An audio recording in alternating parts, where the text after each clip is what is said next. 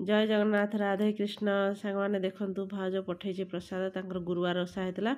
प्रसाद पठे मुझे बाढ़ी दूची आम टे प्रसाद टे पाइबू रोसई मंदिर भाया पूरा बासुची पूरा घर बेकार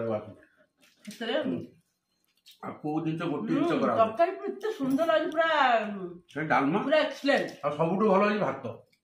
राई सब बढ़िया पूरा मंदिर भाया लगुच खाया